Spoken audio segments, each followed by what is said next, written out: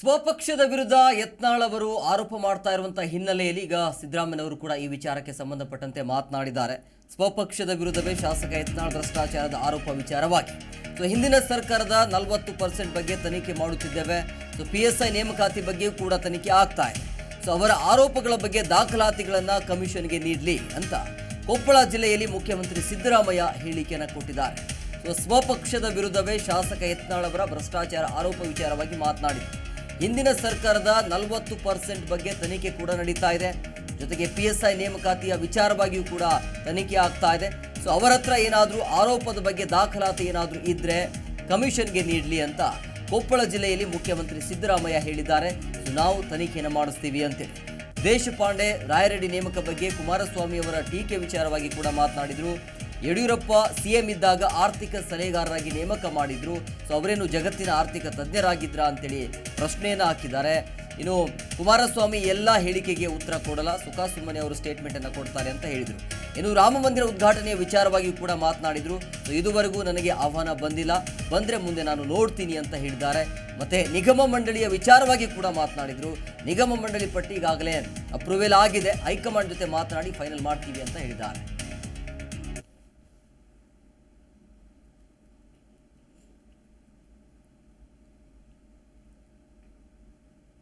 ಮಾಡ್ಯಾರಂತ ಆರೋಪ ಮಾಡ್ಯಾರ sir corona ಕಾಲದಲ್ಲಿ.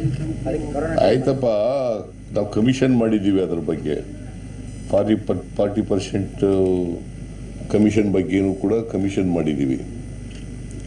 ಇನ್ನೊಂದು ಸಬ್ ಇನ್ಸ್ಪೆಕ್ಟರ್ಗಳು ಹಗರಣದಲ್ಲೂ ಕೂಡ ಕಮಿಷನ್ ಮಾಡಿದ್ದೀವಿ. ಅಲ್ಲಿ ಕೊಡ್ಲಿ ಏನೇನು ದಾಖಲಾತಿಗಳಿದ್ದಾವೆ, ಅವ್ರು ಏನೇನು ಹೇಳಿಕೆ ಕೊಡ್ತಾರ ಇದ್ದಾರೆ, ಈಗ ಅದಕ್ಕೆ ಸಂಬಂಧಪಟ್ಟಂತೆ ಎವಿಡೆನ್ಸ್ ಕೊಡ್ಲಿ ಅವರು ಹೋಗಿ. ಅಲ್ಲ, ಯತ್ನಾಳರು ಹೇಳಿಕೆಗಳನ್ನು ಸಮರ್ಥಿಸ್ಕೊಂತಾರ ಅನ್ಸುತ್ತೆ. ಯತ್ನಾಳರ ಹೇಳಿಕೆಗೆ ನಿಮ್ಮ ರಿಯಾಕ್ಷನ್ ಏನಿದೆ ಹಾಗಾದ್ರೆ? ಏನನ್ರಿ ಯತ್ನಾಳ್ ಅವರು 40,000 ಕೋಟಿ ಅಂತ ಹೇಳ್ತಾರೆ, ಆಗಿರ್ಬೋದು. ಆರೋಪ ಮಾಡ್ತಾ ಇರೋರು ಯಾರು ಅಲ್ವಾ? ಅದನ್ನ ಸಾಬೀತು ಮಾಡ್ಲಿಕ್ಕೆ, ಅದ್ರ ಬಗ್ಗೆ ತನಿಖೆ ಮಾಡಲಿಕ್ಕೆ ಕಮಿಷನ್ ಮಾಡಿದ್ದೀವಿ ಅಲ್ವಾ? ಕಮಿಷನ್ ಮುಂದೆ ಹೋಗಿ ಹೇಳಿಕೆ ಕೊಡ್ಲಿ, ಸ್ಟೇಟ್ಮೆಂಟ್ ಕೊಡ್ಲಿ, ಎವಿಡೆನ್ಸ್ ಡಾಕ್ಯುಮೆಂಟ್ಸ್ ಇದ್ರೆ ಕೊಡ್ಲಿ ಅವ್ರ ಹತ್ರ. ಸರ್, ಈಗ ಮೂವರ ನೇಮಕಕ್ಕೆ ಕುಮಾರಸ್ವಾಮಿ ಅವರು ಈಗ ವಿರೋಧ ಮಾಡಿದ್ದಾರೆ ಸರ್. ಅಂದ್ರೆ 14 ಬಜೆಟ್ ಮಂಡನೆ ಮಾಡಿದಾಗ ಸಿದ್ದರಾಮಯ್ಯ ಅವರಿಗೆ ಆರ್ಥಿಕ ಸಲಹೆಗಾರರು ಬೇಕಂತ, ಆಮೇಲೆ ಅದು ಗಂಜಿ ಕೇಂದ್ರ ಮಾಡ್ಲಿಕ್ಕೆ ಹೊರಟಿದ್ರ ವಿಧಾನಸಭೆ ಅಂತ ಕೇಳ್ತಾ ಇದ್ದಾರೆ ಸರ್ ಕುಮಾರಸ್ವಾಮಿ ಅವರು. ಈಗ ನಾನು ಹೇಳಿದ್ದೀನಿ, ಉತ್ತರ ಹೇಳಿದೆ. ಈಗ ರಾಯರೆಡ್ಡಿ ಅವರಿಗೆ ಆರ್ಥಿಕವಾಗಿ ನಾಲೆಡ್ಜ್ ಇದೆ, ಗೊತ್ತಾಯ್ತಾ? ಹಾಗಾದ್ರೆ ಯಡಿಯೂರಪ್ಪ ಚೀಫ್ ಮಿನಿಸ್ಟರ್ ಇರುವಾಗ ಒಬ್ಬರು ಸಲಹೆಗಾರರು ಮಾಡ್ಕೊಂಡಿದ್ರು. ಇವಾಗ ಮತ್ತಷ್ಟು ಮಾಹಿತಿ ನೀಡ್ತಾರೆ ನಮ್ಮ ಪ್ರತಿನಿಧಿ ಬಸವರಾಜ್ ಫೋನ್ ಸಂಪರ್ಕದಲ್ಲಿದ್ದಾರೆ.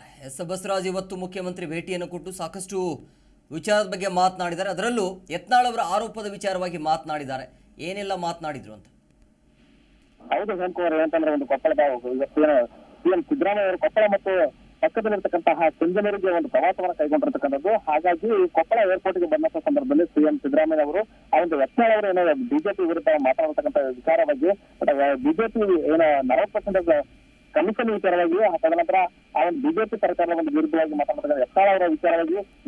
ಈಗಾಗಲೇ ಒಂದು 40% ಕಮಿಷನ್ ಸಂಬಂಧಪಟ್ಟಂತೆ ಕಮಿಷನ್ ಈಗಾಗಲೇ ತನಿಖೆಗೆ ಈಗಾಗಲೇ ಕಮಿಷನ್ ಕೊಡಲಾಗಿದೆ. ತದನಂತರ ಮತ್ತು ಈ ಬಿಜೆಪಿ ಸರ್ಕಾರದಲ್ಲಿ ಆಗಿರ್ತಕ್ಕಂಥ ಕೆಲವೊಂದಿಷ್ಟು PSI ಹಗರಣಕ್ಕೆ ಸಂಬಂಧಪಟ್ಟಂತೆ ಸಹ ಈಗಾಗಲೇ ಕಮಿಷನ್ ಕೊಡಲಾಗಿದೆ. ಯಾವ ಒಂದು ಹಗರಣಗಳನ್ನ ಮಾಡಿದ್ರೆ ಬಿಜೆಪಿ ಸರ್ಕಾರದಲ್ಲಿ ಆ ಒಂದು ಕಮಿಷನ್ ಹಗರಣಕ್ಕೆ ಸಂಬಂಧಪಟ್ಟಂತೆ ಈಗಾಗಲೇ ನಾವು ತನಿಖೆಯನ್ನು ಕೈಗೊಂಡಿರ್ತಕ್ಕಂಥದ್ದು.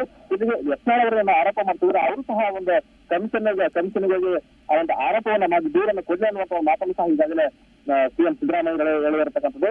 ಹೀಗಾಗಿ ಮತ್ತೆ ಬಿಜೆಪಿ ಸರ್ಕಾರದಲ್ಲಿ ಆಗಿರತಕ್ಕಂತಹ ಅವ್ಯವಹಾರಗಳು, ಹಗರಣಗಳನ್ನ ಬಿಜೆಪಿ ಸರ್ಕಾರದವರೇ ಈಗ ಹೊರ ಹಾಕ್ತಕ್ಕಂಥ ವಿಚಾರವಾಗಿ ಮತ್ತೆ ಯತ್ನಾಳ್ ಅವರು ಹೇಳಿರ್ತಕ್ಕಂಥದ್ದು. ಬಟ್ ಅದಕ್ಕೆ CM ಈಗಾಗಲೇ ಉತ್ತರವನ್ನು ಕೊಟ್ಟಿರ್ತಕ್ಕಂಥದ್ದು. ಜೊತೆಗೆ ಈ ಒಂದು ತಮ್ಮ ಒಂದು ಆರ್ಥಿಕ ಸಹಾಯಕರನ್ನ ಯಾವ ರೀತಿ ಸಲಹೆಗಾರರಾಗಿ ನೇಮಕ ಮಾಡಿಕೊಂಡಿರ್ತಕ್ಕಂತಹ ವಿಚಾರವಾಗಿ ಕುಮಾರಸ್ವಾಮಿ ಅವರ ಆರೋಪವನ್ನು ಮಾಡ್ತಿದ್ರೆ, ಟೀಕೆಯನ್ನು ಮಾಡ್ತಿದ್ರೆ, ಅದಕ್ಕೆ ಸಂಬಂಧಪಟ್ಟಂತೆ ಕುಮಾರಸ್ವಾಮಿ ಅವರು ಯಾವುದೇ ಒಂದು ಆರೋಪ ಮಾಡಿದ್ರೆ ಅದಕ್ಕೆ ನಾವು ಉತ್ತರವನ್ನು ಕೊಡೋದಿಲ್ಲ. ಹಿಂದೆ ಬಿಜೆಪಿ ಸರ್ಕಾರದಲ್ಲಿ ಯಡಿಯೂರಪ್ಪ CM ಇದ್ದಂತಹ ಸಂದರ್ಭದಲ್ಲಿ ತಮ್ಮ ಆರ್ಥಿಕ ಸಲಹೆಗಾರನಾಗಿ ನೇಮಕ ಮಾಡ್ಕೊಂಡಿದ್ರೆ ಆ ಒಂದು ಸಂದರ್ಭದಲ್ಲಿ ಅವರನ್ನು ಆರ್ಥಿಕ ತಜ್ಞರಾಗಿದ್ರ ಅಂತಕ್ಕಂಥ ಒಂದು ಪ್ರಶ್ನೆಯನ್ನು ಸಹ ಈಗ ಸಿದ್ದರಾಮಯ್ಯ ಮಾಡಿರ್ತಕ್ಕಂಥ ಹೇಮಕುಮಾರ್.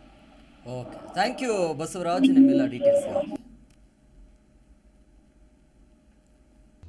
ಪ್ರತಿಕ್ಷಣದ ಸುದ್ದಿಗಾಗಿ Zee Kannada news app download ಮಾಡಿ. Live TV, latest updates, entertainment, lifestyle, technology ಸುದ್ದಿ ನಿಮ್ಮ ಅಂಗೈಯಲ್ಲಿ.